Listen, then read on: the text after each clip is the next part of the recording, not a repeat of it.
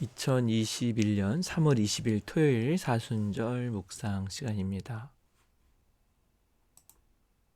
사랑의 하나님, 예수님의 고난을 묵상하고 동참하는 사순절을 보내고 있습니다. 예수님께 온전히 길들여지는 훈련의 시간이 되게 하옵소서. 이번 주 종이 금식에도 잘 동참하게 하옵소서.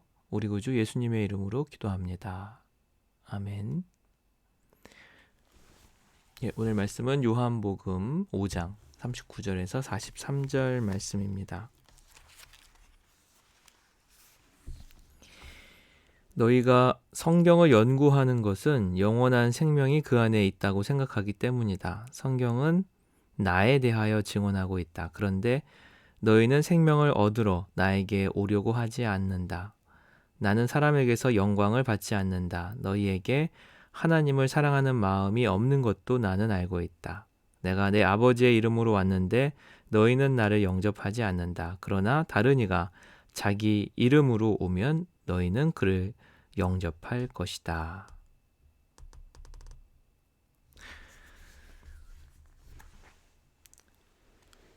성경을 연구하는 것, 이것은 바리새인 또 랍비들에게 굉장히 중요한 일이었는데 이들은 가장 높은 형태의 예배를 그런 성경 연구, 성경 묵상이었다고 생각했습니다. 그래서 기도할 때는 우리가 하나님께 말씀을 드리는 것이고 성경을 연구할 때는 하나님의 말씀을 듣는다라고 여겼습니다. 성경 안에 영원한 생명이 있기 때문에 성경을 연구하게 됩니다. 이것이 오늘 주님이 가르쳐 주시는 말씀입니다.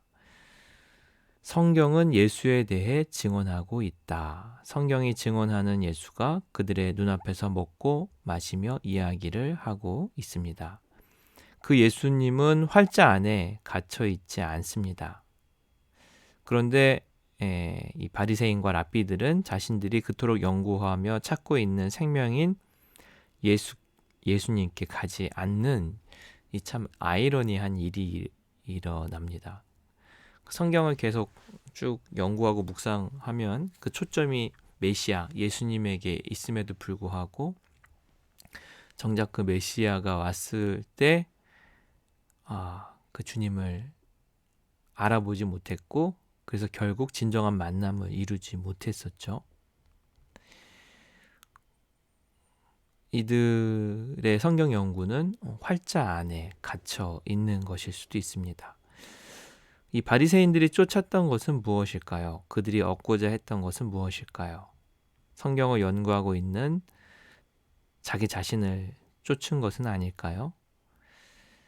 그런 자신을 얻고 싶었던 것은 아닐까요? 왜냐하면 예수님이 계속 이 바리새인들이 자기 의를 보이려고 드러내려고 하는 것을 굉장히 이렇게 비판적으로 말씀하셨던 거 보면 이 성경 연구를 통해서 진짜 주님을 만나야 되는데 자기를 나타내 과시하고 사람들에게 인정받으려고 하는 모습을 찾게 됩니다.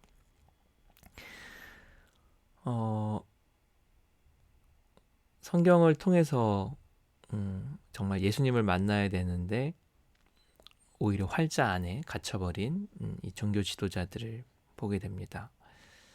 그들은 생명이신 예수님을 찾고 만났어야 되는데 다른 것, 자기의 또 자기의 인기 이런 것들을 찾고 있었던 것을 봅니다. 우리가 신앙생활하는 이유 예수님을 만나기 위해서죠. 우리가 성경 공부하는 것도 예수님을 더 잘 알기 위한 것인데 혹시 내가 신앙생활하는 것 내가 또 성경을 또 읽고 공부하는 것을 다른 목적으로 사용하고 있는 것은 아닌가. 뭔가 우리 한국의 이렇게 좀 기반이 되고 있는 그 신앙의 모습은 약간 기복적인 그런 부분들이 있죠. 더 복을 받으려고 뭔가 더 잘 성공하려고 예수님하고는 큰 상관없이 뭔가 더 다른 나의 목적을 위해서 신앙생활을 하고 있는 것은 아닌가, 예수님을 이용하고 있는 것은 아닌가. 이것이 또 한국 교회의 좀 병폐이기도 합니다. 그래서 오늘 말씀을 통해서 내가 신앙생활하는 이유, 성경을 읽고 있는 이유는 무엇인가, 그런 자기 안에 좀 뒤돌아보는 시간이 되었으면 좋겠습니다. 그 정채봉 작가님의 에세이에 이 만남이라는 그런 에세이가 있는데, 여기에 5가지 이 종류의 만남이 있다고 해요. 아시는 분들도 있을 텐데, 이 이야기를. 첫 번째는 생선 같은 만남이 있다고 합니다. 처음엔 싱싱하지만 금방 상하고 비린내가 나는 생선처럼 시기하고 질투하고 싸우면서 냄새, 원한만을 남기는 만남이래요. 생선 같은 만남. 그러니까 앙숙이 되어버리고 깊은 상처만 남는 만남이죠. 두 번째, 지우개 같은 만남입니다. 아무런 의미 없이 곧 기억에서 지워지는 시간이 아까운 만남입니다. 만났는데 아무것도 남는 것이 없는 것이죠. 그냥 만나고 났더니 싹 지워져 버리는 그런 만남. 세 번째는 건전지 같은 만남입니다. 쓸모가 있을 때는 들고 있다가 필요가 없어지면 멀어지는 이해타산적인 그런 만남이죠. 뭔가 이익이 되면 좀 만나고, 그렇지 않으면 그냥 헤어져 버리는 그런 만남입니다. 꽃송이 같은 만남입니다. 화려하게 피지만 곧 지고 마는 끝이 안 좋은 만남입니다. 처음에 만났을 때 너무 좋아요. 막 신나고. 근데 뭔가 좀 헤어지고 나면 뒤끝이 안 좋은 그런 만남. 꽃송이 같은 만남. 화려하지만 뒤에는 약간 더 뭔가 좀 불편한 그런 만남. 네, 마지막 5번째, 손수건 같은 만남입니다. 슬플 땐 눈물을 닦아주고 힘이 들 땐 땀을 닦아주는 서로 의지가 되는 아름다운 만남입니다. 예, 어떻게 보면 진정한 관계가 형성되어서 같이 아파해주고 같이 기뻐해주고 진짜 영적인 가족이 되어 가는 것이죠. 오늘 우리의 만남이 어떠한 만남인지 한번 좀 뒤돌아보면 좋겠고, 혹시 나와 예수님과의 만남도 우리가 주님을 약간 좀 건전지처럼 만나고 있는 것은 아닌지, 필요할 때만 이렇게 주님을 찾고 필요 없을 때는 그냥 방치하다시피 하는 그런 것은 아닌지, 진짜 주님은 우리를 손수건 같이 만나고 싶어 하시죠. 같이 아파해 주시고 늘 우리에게 관심이 있고 우리보다 더 잘 아시고, 어제가요, 38년 된 병자를 고친 이야기에서도 주님이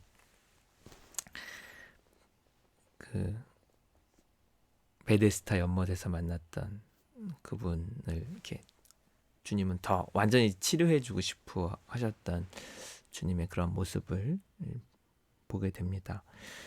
예, 오늘 하루 살아가시면서 또 말씀을 묵상하시면서 주님을 더 깊이 알아가서 주님을 통해서 생명을 공급받는 하루가 되시기를 간절히 소망합니다. 예, 오늘 이런 기도를 좀 드렸으면 좋겠습니다. 주님을 더욱 알기를 원합니다. 주님께 더욱 나아가기 원합니다. 머리가 아닌 마음으로 사순절에 주님과의 진정한 만남이 이루어지게 하옵소서. 예수님의 이름으로 기도합니다. 아멘.